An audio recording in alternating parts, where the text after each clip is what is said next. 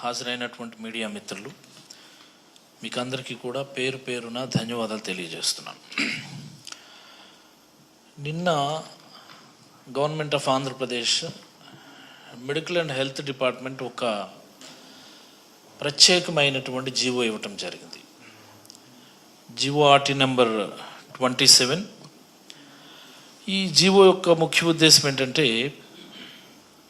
ఏదైతే వైఎస్ఆర్ కాంగ్రెస్ పార్టీ అధ్యక్షులు మాజీ ముఖ్యమంత్రి వర్యులు శ్రీ వైఎస్ జగన్మోహన్ రెడ్డి గారు ప్రతి పార్లమెంటు నియోజకవర్గంలో కూడా ఒక మెడికల్ కాలేజీ, ఒక ప్రభుత్వ మెడికల్ కాలేజీ ఉండాలన్న ఉద్దేశంతో 17 మెడికల్ కాలేజీలని మంజూరు చేయటం, మరి ఆయన హయాంలోనే అంటే 23-24 ఇయర్కి ఒక 5 మెడికల్ కాలేజీలు ప్రారంభించి మెడికల్ సీట్స్ కూడా ఇవ్వటం జరిగింది. నెక్స్ట్ ఇయర్ అంటే 24-25కి ఒక 5 మెడికల్ కాలేజీలు ప్రారంభించే విధంగా నిర్మాణాలని నియర్ కంప్లీషన్ స్టేజ్కి తీసుకొని రావటం జరిగింది. ఆ నెక్స్ట్ ఇయర్ అంటే 25-26కి మరొక 7 ప్రభుత్వ మెడికల్ కాలేజీలు ప్రారంభించే విధంగా చర్యలు తీసుకోవటం జరిగింది. మరి మొన్ననే ప్రభుత్వం మారింది, మన అందరం చూసాం. ఏం జరిగిందో ఎలా జరిగిందో అని దాన్ని పక్కన పెడితే, జగన్మోహన్ రెడ్డి గారు ప్రారంభించినటువంటి 5 మెడికల్ కాలేజీలు కాకుండా మిగతా అన్ని కాలేజీల్లో కూడా ఎక్సెప్ట్ పాడేరు ఒక 50 సీట్లు మొదలుపెట్టారు. వాటన్నిటి నిర్మాణాలను కూడా స్టాప్ చేసి, ఆ నిర్మాణాలు పాడవకుండా సేఫ్ లెవెల్ క్లోజర్ చేయాలని, అంటే ఆ పర్టికులర్ కాంట్రాక్టర్స్ ఎవరైతే ఉన్నారో వాళ్ళతో మాట్లాడి నిర్మాణాలు పాడవకుండా అవసరమైనటువంటి తాత్కాలిక నిర్మాణాలను పూర్తి చేసి సేఫ్ లెవెల్ క్లోజర్ చేసి వాటన్నిటినీ కూడా ప్రైవేట్ వాళ్ళకి అప్పచెప్పేయాలన్నటువంటిది ఆ జీవో యొక్క సారాంశం. దీనికి చైర్మన్ ఏమో ఎంఎస్ఐడిసి ఎండి, ఏపీ ఎంఎస్ఐడిసి ఎండి చైర్మన్గా ఉంటారన్నటువంటిది దాని జీవోకి సంబంధించినటువంటి సారాంశం. దీన్ని గొప్పగా ఈనాడులో కూడా రాశారు. సేఫ్ క్లోజ్ వ్యయం 100 కోట్లు, సేఫ్ క్లోజ్కి సిఫారసు చేస్తూ, ఇది వీళ్ళు తీసుకున్న నిర్ణయం కాదు. మొన్న ఆగస్టులో గౌరవ ముఖ్యమంత్రి గారు తీసుకున్నటువంటి రివ్యూలో ఆగస్టు 12వ తేదీన నారా చంద్రబాబు నాయుడు గారు ముఖ్యమంత్రి హోదాలో రివ్యూ తీసుకొని ఆ నిర్మాణాలన్నీ నాపేయండి, సేఫ్ క్లోజ్ చేయండి, ప్రైవేట్ వాళ్ళకి అప్పచెప్పేద్దాం, పీపీపీ మోడల్లో వాటిని టేకప్ చేద్దామని చెప్పి ఆయన చెప్పినారట. దానికి అనుగుణంగా ఈరోజు ఒక జీవో ఇవ్వటం జరిగింది. నేను అడుగుతా ఉన్నా, ఈ రాష్ట్ర ప్రజలందరూ కూడా తెలుసుకోవాల్సినటువంటి అంశం ఇది. ఈ రాష్ట్రంలో మెడికల్ విద్య అభ్యసించాలని, డాక్టర్ కావాలని కలలుగనేటటువంటి ప్రతి పేద విద్యార్థి కూడా తెలుసుకోవాల్సినటువంటి అంశం. చంద్రబాబు గారు ఎప్పుడో 1995లో ముఖ్యమంత్రి అయ్యారు. ఆయన 95-99 ఒక టర్మ్, 99-2004 వరకు ఒక టర్మ్. ఇదే కదా పాయింట్. అంటే 14.5 సంవత్సరాలు ఆయన ముఖ్యమంత్రిగా చేశారు. ఆయన ముఖ్యమంత్రి 14.5 సంవత్సరాలు ముఖ్యమంత్రిగా చేసిన సమయంలో ఒక్క ప్రభుత్వ మెడికల్ కాలేజీలు ఆయన ఏమైనా మంజూరు చేశారా? ఆయన దిగిపోయే టైంకి 2004లో దిగిపోయే టైంకి ఈ రాష్ట్రంలో 11 గవర్నమెంట్ మెడికల్ కాలేజెస్ ఉంటే 11 గవర్నమెంట్ మెడికల్ కాలేజీల్లో ఒక్కటి కూడా చంద్రబాబు హయాంలో మంజూరు చేసినటువంటిది కాదు. అంటే చంద్రబాబు గారికి ప్రభుత్వ మెడికల్ కాలేజీల మీద ఉన్నటువంటి ఆసక్తిని ఈ సందర్భంగా నేను తెలియజేస్తా ఉన్నాను. ఎవరికైనా ఎలాంటి దౌర్భాగ్యమైన రికార్డు ఉందా? ఈ దేశంలో ఏ ముఖ్యమంత్రి అయినా తన హయాంలో కనీసం 1-2 ప్రభుత్వ మెడికల్ కాలేజీలు ఉంటే నా పేరు చిరస్మరణీయంగా మిగులుతుందని ఎవరన్నా అనుకుంటారు. చూసారా, ఆయన 14.5 ఏళ్ల కాలంలో ఒక్కటంటే ఒక్క గవర్నమెంట్ మెడికల్ కాలేజీలు ఇవ్వలేదు ఆయన. At the same time 18 private medical కాలేజీలు వస్తే ఆయన టెన్యూర్లో అవుట్ ఆఫ్ 12 ప్రైవేట్ మెడికల్ కాలేజీలకు సంబంధించినటువంటి అనుమతులు ఆయనే ఇచ్చినాడు. ఆయన అంటే ప్రైవేట్ మీద ఆయనకు ఉన్నటువంటి ఆసక్తికి అది ఒక చిన్న నిదర్శనం. ఏమిటి చంద్రబాబు గారు, నాకు అర్థం కాదు, మీ హయాంలో ఒక్కటంటే ఒక్క గవర్నమెంట్ మెడికల్ కాలేజ్ ఇవ్వలేదు. మీ తర్వాత వచ్చినటువంటి రాజశేఖర రెడ్డి గారు రిమ్స్ మెడికల్ కాలేజీలో, Rajiv Gandhi institute of medical sciences అని శ్రీకాకుళంలోను, ఒంగోలులోను, కడపలోను, మరి అలాగనే అనంతపురంలో ఒక గవర్నమెంట్ మెడికల్ కాలేజ్, వీటన్నిటిని ఇచ్చారు ఆయన. దాని కొనసాగింపుగా ఈరోజు జగన్మోహన్ రెడ్డి గారు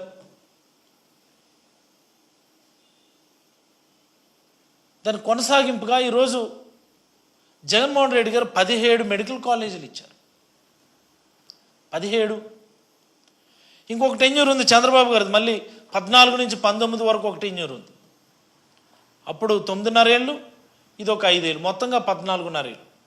పోనీ రాజశేఖర రెడ్డి గారి హయాంలో ఇన్ని గవర్నమెంట్ మెడికల్ కాలేజీలు ఇచ్చారు కదా,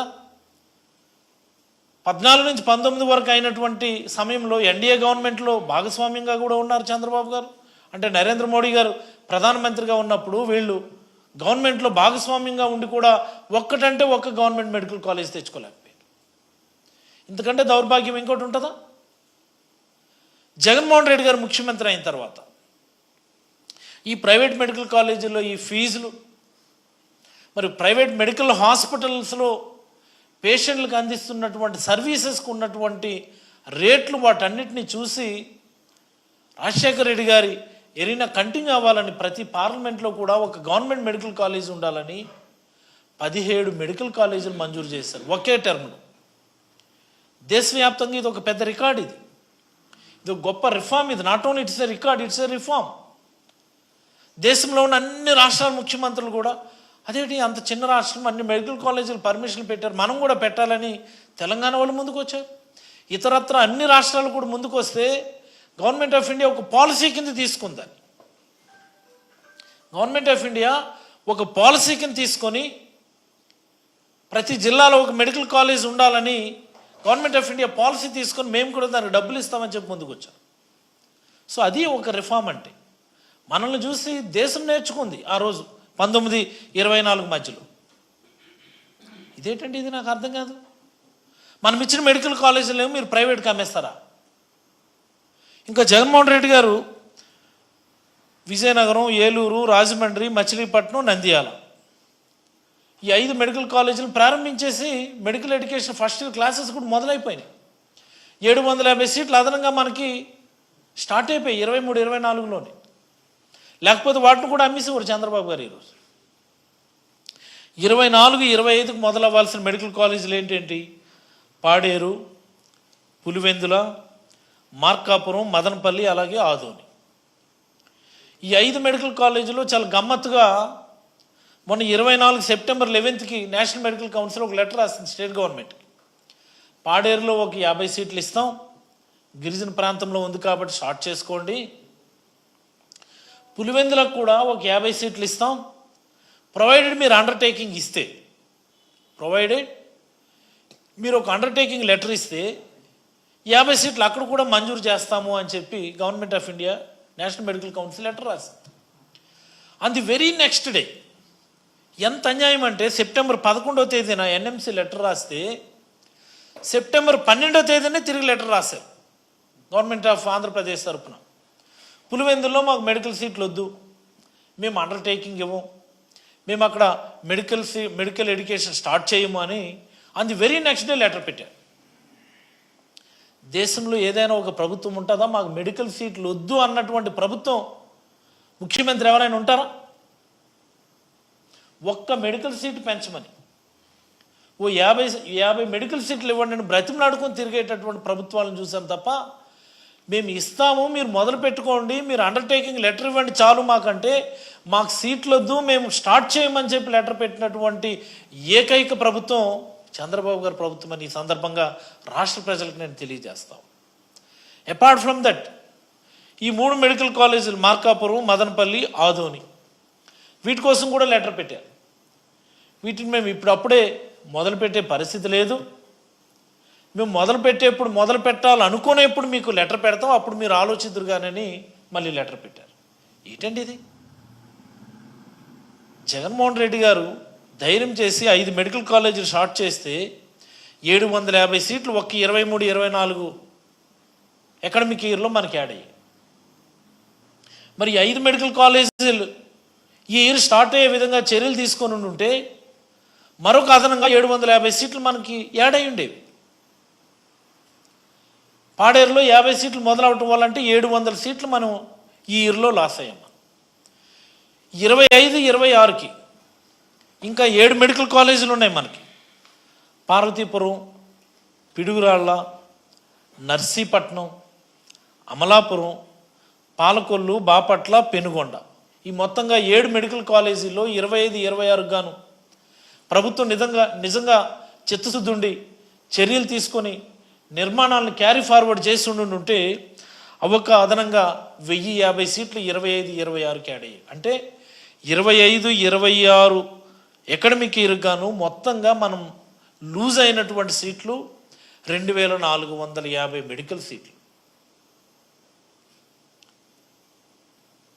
ఇది నాకు అర్థమవుతుంది. చంద్రబాబు గారేమో విజనరీ అంటారు, చంద్రబాబు నాయుడు గారికి ఏమో ఎలివేషన్లు ఇస్తారు, కేజీఎఫ్ స్టైల్లో ఎలివేషన్లు ఇస్తారు. చంద్రబాబు నాయుడు గారికి ఉన్నటువంటి అనుభవం ప్రపంచంలో ఏ రాజకీయ నాయకుడికి లేదంటారు. చంద్రబాబు నాయుడు అడుగేస్తే మాస్ అంటారు. ఇవన్నీ ఏమైపోయి? మీ అనుభవం ఏమైంది? మీ విజన్ ఏమైంది? ప్రైవేటైజేషన్ కోసమనా మీకు మళ్ళీ ముఖ్యమంత్రికి అవకాశం ఇచ్చింది? ప్రైవేట్ వాళ్ళకి అమ్మేయడానిక మీకు ఈసారి మళ్ళీ అవకాశం ఇచ్చింది ఈ చివరి దశలో? మొన్నటి నీట్ కౌన్సిలింగ్ మనం ఒకసారి అబ్జర్వ్ చేస్తే 24, 25 జరిగినటువంటిది ఒక ఓసీ క్యాండిడేట్కి 600 మార్కులు వస్తే తప్ప సీట్ వచ్చే పరిస్థితి లేదు. ఏమ రైట్ ఆర్ నాట్?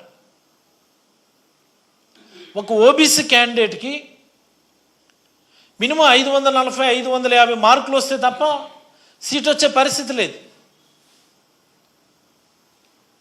మా సూపర్వైజర్ అమ్మాయికి 538 మార్కులు వస్తే BCA category there is no seat. అంటే ఇంత దారుణంగా కాంపిటీషన్ పెరుగుతున్నప్పుడు,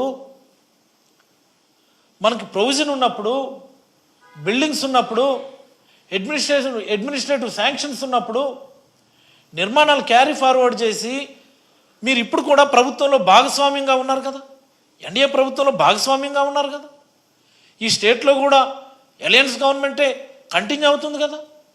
మీరు ఒక మాట చెప్తే మెడికల్ సీట్లు శాంక్షన్ అవుతాయి, మీరు ఒక లెటర్ పెడితే ఇమీడియట్గా మీకు శాంక్షన్ అవుతాయి. బికాజ్ మీ యొక్క సపోర్ట్తోనే కేంద్రంలో ప్రభుత్వం రన్ అవుతుంది. అయినా సరే మీరు ఎందుకు అందిపుచ్చుకోవడం లేదు? మీకున్న ఆసక్తి ఏంటి? ప్రైవేటైజ్ చేసేస్తాం, ప్రైవేట్కి ఇచ్చేద్దాం. ఏంటిది నాకు అర్థం కాదు. మీరు ప్రతిపక్షంలో ఉన్నప్పుడు మాట్లాడేంటి? చంద్రబాబు గారు అయినా, ఆయన తనయుడు లోకేష్ అయినా, ముఖ్యంగా పవన్ కళ్యాణ్ గారు అయినా సరే ఎన్ని మాట్లాడారండి మనకి? మర్చిపోయామా మనం? ఎక్కడ మీటింగ్ పెడితే అక్కడ మాట్లాడేవారు. ఇదిగో జగన్మోహన్ రెడ్డి గారు పార్లమెంటుకు మెడికల్ కాలేజ్ అని చెప్పి అక్కడ సీట్లు అమ్మేసుకుంటున్నారు, సెల్ఫ్ ఫైనాన్స్ సీట్లు అని చెప్పి సీట్లు అమ్ముకుంటున్నారు, ప్రైవేట్కి అమ్మేస్తున్నారు అని చెప్పి గొడవ చేశారు కదా. మరి ఈరోజు మీరు చేస్తున్నది ఏంటండి? మెడికల్ కాలేజీ అంటే not only medical seats, medical college hospital ఇచ్చేటటువంటి సర్వీసెస్ కూడా. గవర్నమెంట్ మెడికల్ కాలేజ్ అయితే గవర్నమెంట్ మెడికల్ హాస్పిటల్ ఉంటుంది. ఆ హాస్పిటల్లో కూడా పేషెంట్స్కి క్వాలిటీ ట్రీట్మెంట్ ఫ్రీగా అందుతుంది. మీరు ప్రైవేటైజ్ చేసేస్తే the hospital will be A private hospital. ఒక సామాన్యుడు ఆ హాస్పిటల్కి వెళ్ళి ట్రీట్మెంట్ చేయించుకునే పరిస్థితి ఉంటుందా? ఒక గవర్నమెంట్ మెడికల్ హాస్పిటల్కి, ప్రైవేట్ మెడికల్ హాస్పిటల్కి క్వాలిటీ ఆఫ్ కేర్లో కానీ, కాస్ట్ ఆఫ్ ది కేర్లో కానీ ఖచ్చితమైనటువంటి తేడా ఉంటుంది. ఈ మాత్రం లాజిక్ ఎందుకు మీకు అర్థం కావడం లేదు? పోనీ ప్రైవేటైజ్ చేస్తున్నారు, ప్రైవేట్ హాస్పిటల్స్లో ఆరోగ్యశ్రీ ఏమైనా ఉంచుతున్నారా మీరు? ఆరోగ్యశ్రీ కూడా ఈరోజు ఇన్సూరెన్స్ కంపెనీలకు ఇచ్చి దాన్ని కూడా ప్రైవేటైజ్ చేస్తూ ఉన్నారు. ఈ దారుణం కాదా? ఇది దారుణం కాదా? ఒక ఇన్సూరెన్స్ కంపెనీ వాడు యాజ్ మెనీ యాజ్ పాసిబుల్కి క్లెయిమ్స్ ఇద్దామని ఆలోచిస్తాడా, యాజ్ మెనీ యాజ్ పాసిబుల్కి క్లెయిమ్స్ తిరస్కరిద్దామని ఆలోచిస్తాడా? ఇది ఒకసారి గమనించాలి. ఇది ఇట్స్ ఏ ఓపెన్ సీక్రెట్. ఇది మీలో ఉంటారు జర్నలిస్టుల్లోనే ఎంతోమంది క్యాష్లెస్ ట్రీట్మెంట్ అని చెప్పి మీరు ఇన్సూరెన్స్ చేయించుకొని ఉంటారు ప్రైవేట్ కంపెనీలతో. మీలో ఎవరికైనా సరే క్యాష్లెస్ ట్రీట్మెంట్ ఒక్కసారైనా అయిందా నాకు చెప్పండి. పోనీ రాష్ట్ర ప్రజలు ఒకసారి ఆలోచించుకోండి. ప్రైవేట్ ఇన్సూరెన్స్ కంపెనీ వాళ్ళు ఎంతమంది మీ క్యాష్లెస్ ట్రీట్మెంట్కి అలౌ చేస్తూ ఉన్నారు? ప్రైవేట్ ఇన్సూరెన్స్ కంపెనీ అనేది బిజినెస్ చేస్తారు తప్ప సర్వీస్ ఎందుకు చేస్తారండి? ఈరోజేమో ఆరోగ్యశ్రీని మీరు ఇన్సూరెన్స్ కంపెనీలకు ఇచ్చేస్తూ ఉన్నారు. ప్రైవేట్ కంపెనీ వాడు యాజ్ మెనీ యాజ్ పాసిబుల్ తిరస్కరించడానికే చూస్తాడు.